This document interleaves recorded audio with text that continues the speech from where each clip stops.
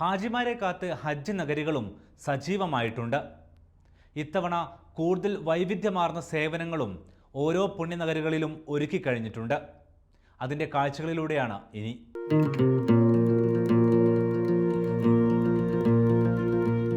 തീർത്ഥാടകർ ഹജ്ജിലേക്ക് പ്രവേശിക്കും മുന്നേ അണിഞ്ഞൊരുങ്ങുകയാണ് പുണ്യകേന്ദ്രങ്ങൾ.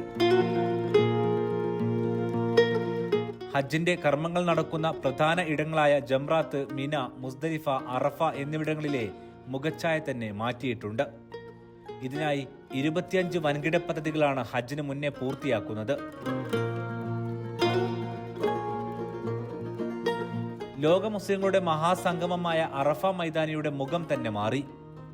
ശുഭ്രവസ്ത്രധാരികളാൽ മേലങ്കി അണിയുന്ന ജബലുർ റഹ്മ പർവ്വതത്തിന് ചുറ്റും മികച്ച സൗകര്യങ്ങൾ ഒരുക്കി കഴിഞ്ഞു.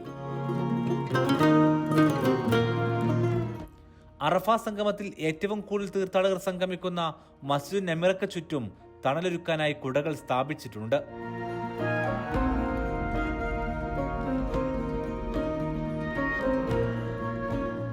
മരങ്ങൾ നട്ടുപിടിപ്പിച്ച് വെള്ളം സ്പ്രേ ചെയ്യുന്ന ഫാനുകളും ഇരിപ്പിടങ്ങളും വർദ്ധിപ്പിച്ചു.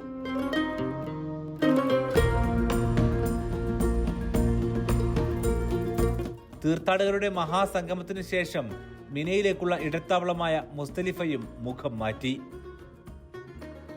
അറഫക്കും മുസ്ദലിഫക്കും ഇടയിലുള്ള നടപ്പാതകൾ വികസിപ്പിച്ചു. മുസ്ദലിഫയിലെ മഷ്ഹറുൽ അറാം പള്ളിക്ക് ചുറ്റുമാണ് ഏറ്റവും കൂടുതൽ വികസന പദ്ധതികൾ പൂർത്തിയാക്കിയത്.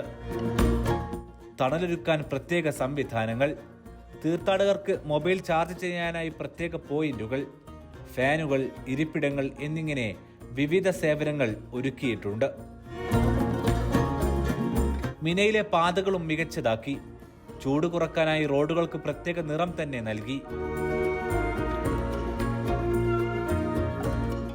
പുതിയ കച്ചവട കേന്ദ്രങ്ങൾ, മിനയിൽ 5300 സ്ക്വയർ മീറ്ററിൽ പുതിയ എമർജൻസി ഹോസ്പിറ്റൽ എന്നിവയും തയ്യാറായി കഴിഞ്ഞു.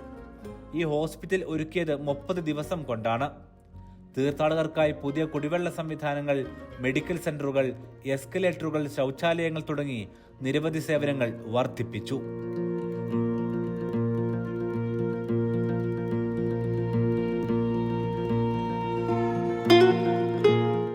Geographic information system, artificial intelligence എന്നിവ ഉപയോഗപ്പെടുത്തിയാണ് നിർമ്മാണങ്ങൾ പുരോഗമിക്കുന്നത്.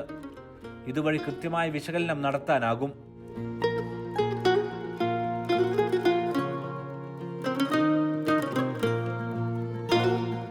ഐക്ലൗഡ്, ഐ സൊല്യൂഷൻ എന്നിവയുടെ സഹകരണത്തോടെയാണ് ഒരുക്കങ്ങളെല്ലാം. കിദാന എന്ന കമ്പനിക്കാണ് ഹജ്ജ് നഗരികളുടെ നിർമ്മാണ ചുമതല.